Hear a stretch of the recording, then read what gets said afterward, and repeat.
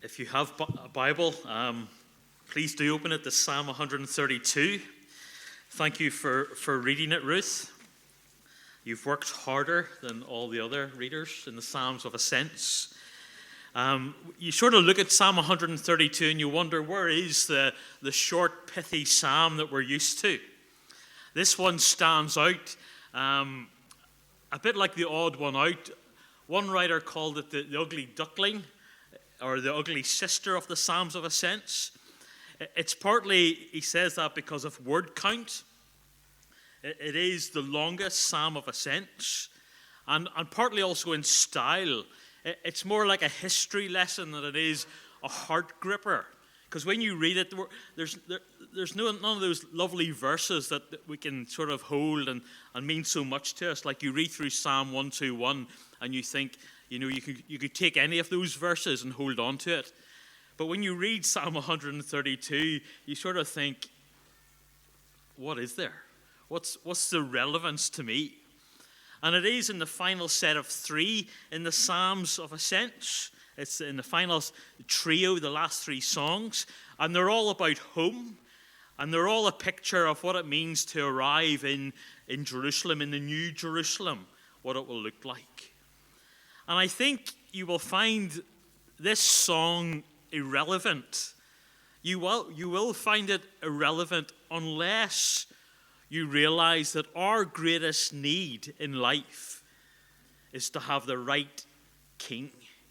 You will find this song, it won't speak to you unless you realize deep down that we need the right sort of king in our lives. And I think that sounds weird to our modern ears, because if you're in trouble, we could have spoke to our neighbor in this. If you're in trouble, who do you call? Who do you run to? If you want rescued, who do you cry out to? If you've only one person to rescue and you can't call emergency services, who do you cry out to? And I would doubt that it's King Charles. I doubt very much that any of us, maybe one of us, we would call out for King Charles to come and rescue us. Because we're a bit cynical, maybe, about King Charles and his abilities. But I think we feel that way with leaders in general. I think we feel that way with even superheroes or heroes. It's interesting. I was reading about Frozen. Do you remember Frozen? When it first came out, it's quite old now, I think. That was Disney's coming-of-age movie, Frozen. The kids watch it all the time. And Disney were sort of saying, we're not grown-ups anymore. We're past that. And so we're not looking for love's true kiss anymore. We're not looking for the handsome prince to come for us or any hero. What we want is the hero within ourselves. That's what we're looking for. We're going to rescue ourselves. And I don't think it was any easier for God's people back in the Old Testament, because I don't think they were that optimistic about kings and heroes. I think they had more grounds to be more cynical than we are, because they had some shocking leaders. They had some howlers for their kings. Yet they started to grasp that the hope for them rested and was linked to the king. And if the king was doing well, then they were doing well as a nation. And sort of God had set it up like that. And 2 Samuel 7, that you don't have to look at this morning, you can read it this afternoon. If you go to 2 Samuel 7, which is sort of, Psalm 132 is the soundtrack to 2 Samuel 7. And God sort of made that explicit. For it to go well with the nation, the key was, how's the king doing? What's the king like? Is he faithful? Is he good? Is God blessing the king?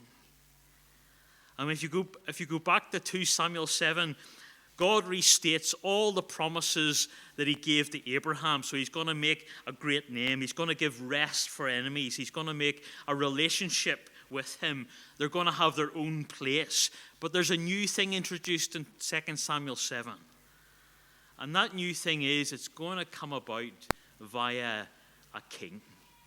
A king in the line of David, a forever king. And that's why when you hit Psalm 132, verse 1, they're praying for the king. O Lord, remember David, remember the king.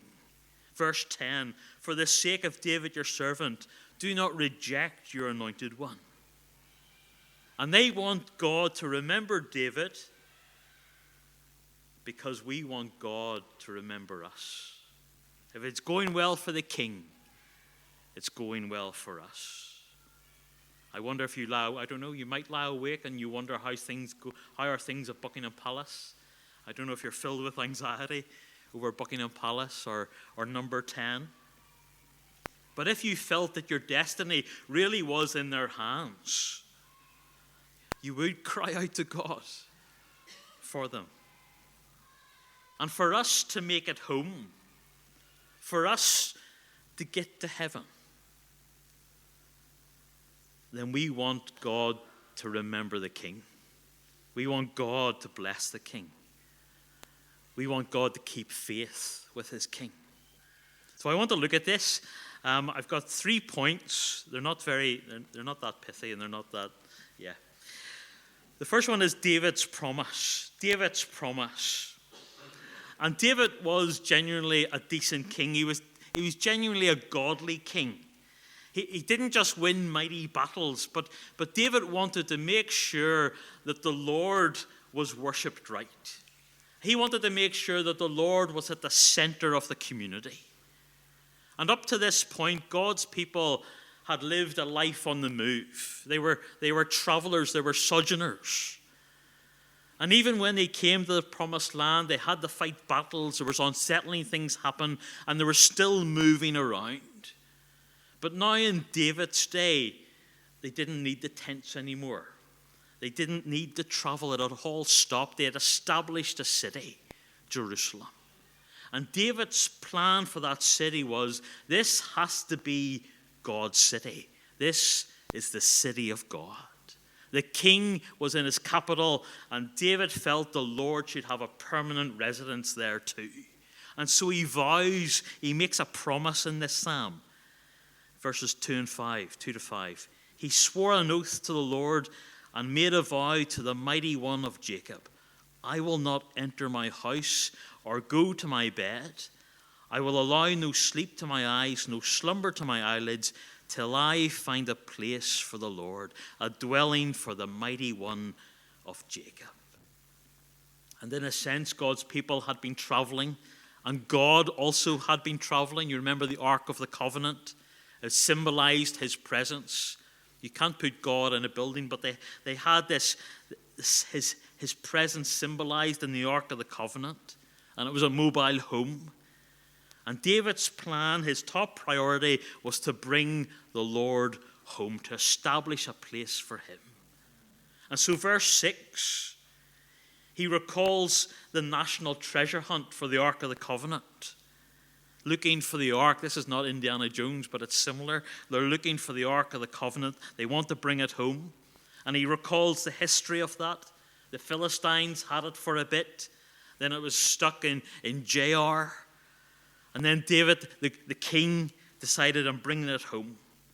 I want it there permanently to focus our community, to be a focus of our worship, the center of government. And so he brings it to Jerusalem. And verses 7 to 9 seem to be David's vision for what God's resting place should be. Verse 7, let us go to his dwelling place. Let us worship at his footstool. This should be a place of worship. Verse 9, may your priests be clothed with righteousness. May your saints sing for joy. A place of righteousness, a place of joy. The king's in the capital. God's presence is in the capital. And that was David's heart. That was his vision. And that's the type of king we need. A king that makes that kind of promise to God. We want you present in the middle, center, a place of worship. But then as the psalm goes on, it moves on, and God makes a better promise, a more sure promise than David's promise. I remember at the church I grew up, there was an old lady, I did get on well with the old ladies. That's why I get on well with you, Ruth. Yes. I just thought that needs to come back at some stage. She knows I love her. But there was an old lady, much older than Ruth. She was in it was her 80th birthday. And her friends clubbed together to buy her a present. And they bought her this painting. And on the big day, the sort of church gathered, as you do sometimes, and they gathered the big day. It was the big opening of the present, and they wanted to see her reaction, and it came immediately. And there was Jean, and she announced, "I couldn't possibly live with that painting on my wall." Now, I don't know the rules, but there seems to be rules that when you hit a certain age, you can say what you want. And you can get away with it, and it's okay. And that's what Jean said. She didn't need to fake it, she just... And in 2 Samuel 7 is where David presented his house for God idea. But God says, "Thank you, but I've got a much better idea." And it's not out of grumpiness, and it's not out of ingratitude. And he says to David, "I'm going to trump your promise with a better promise. I'm going to give you a better oath." And verse 11 summarizes all that happened in 2 Samuel 7. The Lord swore an oath to David, a sure oath that he will not revoke. That literally reads, the Lord made an oath to David, the truth. In other words, God's saying, David, I'm the one who makes true promises. I'm not sure if here David was getting ahead of himself with his great conquests. But he does use the language, I'm not going to sleep, I'm not going to slumber until this happens. Has he forgotten that, Psalm 121, it's God who doesn't sleep, it's God who doesn't slumber. Psalm 127, it's God who's going to build the house. I don't know if David's getting ahead of himself. I don't know. You can think about that. But here, verse 11, he makes a sure oath, a promise, the true promise. And one of your own descendants I will place on your throne. And God's saying, David, you want to build me a house, but I'm going to do something that's going to blow your mind, beyond your wildest dreams. I'm going to build you a dynasty. And God doesn't need David or anyone else to stay up all night and hatch a plan. The dynamic is always God is the giver. God is the initiator.